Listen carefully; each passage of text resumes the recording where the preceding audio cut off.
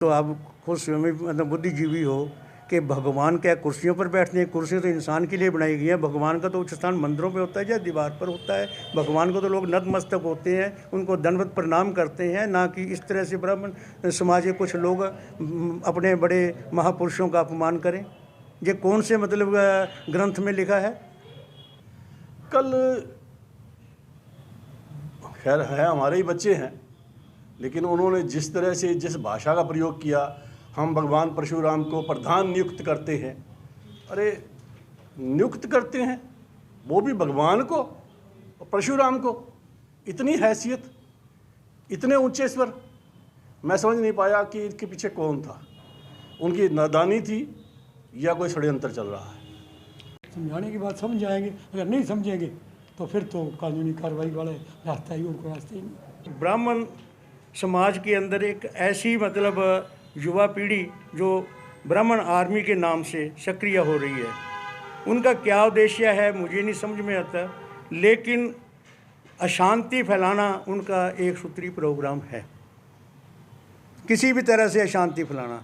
वो ये चाहते हैं कि हम धक्के से और दादागिरी से जहाँ पर अपना राज करें ब्राह्मण सभा के ऊपर, लेकिन ब्राह्मण सभा के अंदर ऐसा कोई भी रास्ता नहीं है जिसके ऊपर धक्के से कोई या तो मतलब आकर इस तरह की मतलब हालात पैदा कर सके। उसका जो ताज़ा प्रमाण है कि कल उन्होंने आकर जिस तरह से भगवान परशुराम जी, जिसको दुनिया भर मतलब पूजती है और जिन्होंने मतलब आज तक दुष्टों का नाश करने के लिए अपना परसा चलाया, और उस भगवान परशुराम का जो उच्च स्थान है वहाँ से उठाकर कुर्सी पे बैठाना, इससे बड़ा अपमान कोई हो नहीं सकता। आज इस बात का ब्राह्मण समाज के अंदर बड़ा असंतोष है, बड़ा दुख है, और मैं व्यक्तिगत तौर पर भी बहुत पीड़ित हूँ इस उनकी घिनौनी हरकत से कि उन्होंने ऐसा करके ये दर्शा दिया कि हम लोग अपनी ताकत से अपनी इस उल्टे सीधे काम करके और हमने अशांति पैदा करनी है, और वो अपने मिशन में कुछ हद तक कामयाब भी हुए। लेकिन हैं जी, ये ब्राह्मण आर्मी जो है, हाँ, क्यों ब्राह्मण सभा के प्रधान? ये ब्राह्मण आर्मी जो है इसके पीछे कुछ और लोगों का दिमाग है।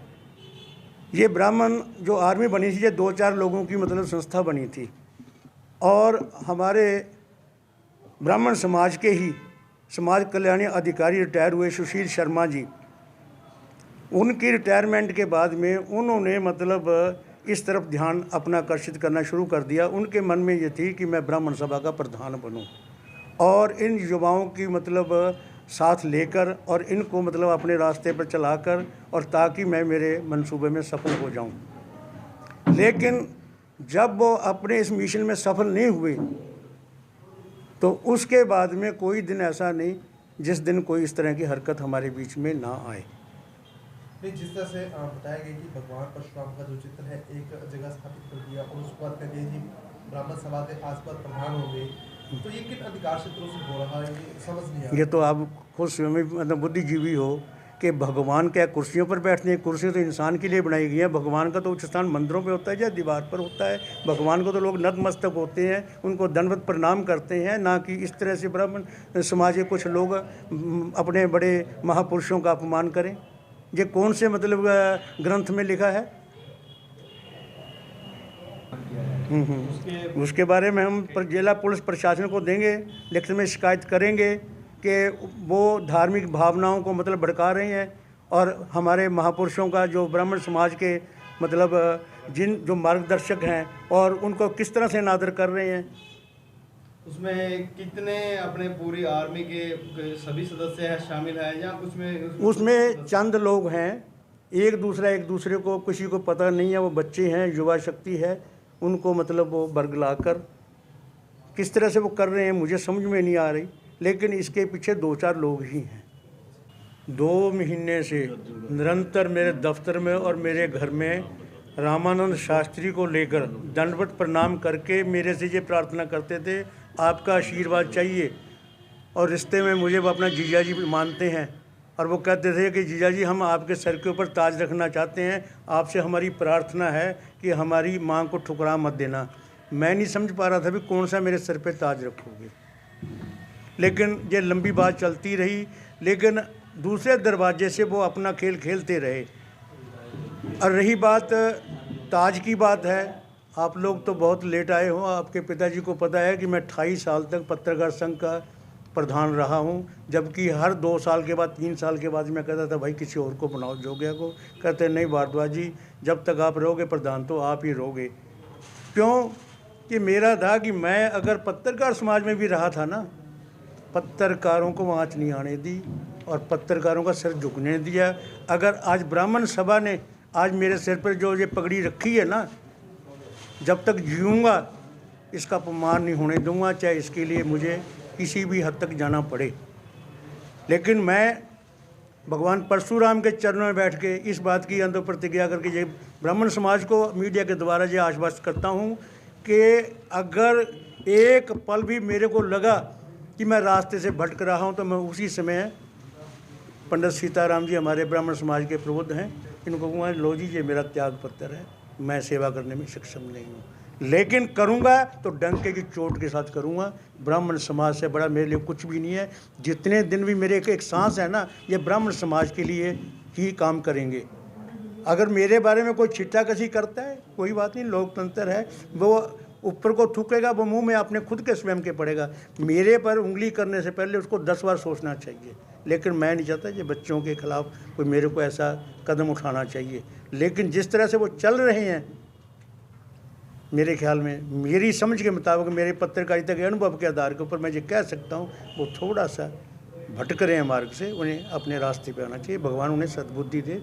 बहुत प्रयास किया हमने, बहुत बैठकें की है आपस में कि किसी तरह से विवाद ख़त्म हो जाए। आर के भारद्वाज जी हमारे पूजनीय हैं, 80 वर्षीय हैं। इन्होंने, अगर इनको समाज ने प्रधान चुन लिया है, जैसा कि हमारी परंपरा रही है 100 साल की, हमें उस निर्वाह करते हुए इनको प्रधान मानकर इनके साथ सेवा करनी चाहिए समाज की। अगर आप मान लो भारद्वाज जी के साथ मिलकर सेवा नहीं करना चाहते, अपने संस्था में रह के सेवा करो, आपके पास ब्राह्मण आर्मी का प्लेटफॉर्म है। इस तरह से विवाद खड़े करना जो है दुखद है, इसकी निंदा करते हैं। और यही आप लोगों के माध्यम से अपील करते हैं कि उन्हें जो भी उनके बड़े हैं, समझदार लोग हैं जो उनमें, वो अपने इन बच्चों को समझाएं कि इस तरह के विवाद खड़े करके ना तो ब्राह्मण समाज को बदनाम करें, ना ब्राह्मण सभा को बदनाम करें, और मिलकर काम करें तो हम समाज को कहीं और ऊंचाइयों पर ले जाएंगे। यही अपील है। कानूनी कार्रवाई भी होनी चाहिए। देखो बात ये है, कानूनी कार्रवाई तो अभी नहीं करनी चाहिए। तो बच्चों ने यहाँ कर दिया, कोई खास बात नहीं, उनको भी समझावेंगे और भी लोगों को समझाना चाहिए। कानूनी कार्रवाई क्या है, वो ठीक है। वहाँ देखो, यहाँ तब वो करते अगर परशुराम जी की फ़ोटो यहाँ ना होती, यानी बहुत बड़ी अच्छी प्रतिमा प्रतिष्ठित करके लगाई हुई है मंदिर में, फिर 2 यहाँ लगाई हुई है, फिर और यानी दूसरी तीसरी फ़ोटो की, चौथी फ़ोटो की जरूरत क्या थी? केवल मात्र इसलिए कि एक तो हम दिखावा करें, एक ये दिखा सकें कि हम सब कुछ कर सकते हैं, हमारे पास में पैसा है। तो कानूनी कार्रवाई की बात नहीं है, समझाने की बात समझ जाएंगे। अगर नहीं समझेंगे तो फिर तो कानूनी कार्रवाई वाला रास्ता ही, उनको रास्ता ही नहीं। आप सोचें कि ये सभा और समाज, जो हमारे छोटे भाई जो इसके खिलाफ जो जिस तरह से बयानबाजी कर रहे हैं, जो तानाशाही का रवैया जो अपना रहे हैं, उनके घर के परिवार के लोगों से भी निवेदन करना चाहूँगा कि अपने बच्चों को और को एक अच्छी शिक्षा दे कि बड़े बुजुर्गों का आदर मान करें, और जो समाज के लोगों ने समाज हित में जो फैसला लिया है उस पर फूल चढ़ाएँ। और रही बात कहीं कोई किंतु परंतु है और है, तो उसको मिल बैठ के एक मंच पर बैठकर भाईचारे के साथ वो करें, ना कि हमारे समाज की लोगों में ये जाए कि जो ब्राह्मण समाज एक लोगों को शिक्षा देने वाला समाज है, वो आज गलत रास्ते बना जाए। मेरा निवेदन पुनः है कि समाज की मुख्य धारा में सब लोगों को जोड़ के चलें और समाज के हित में जो कार्य करने हैं उसको सुचारू रूप से बढ़िया तरीके से करें।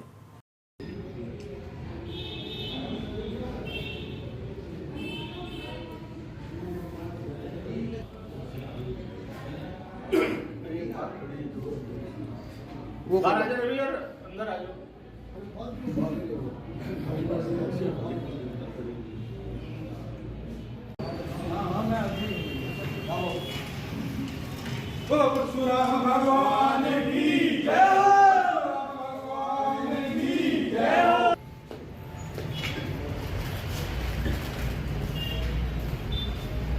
हमारे मीनू जी को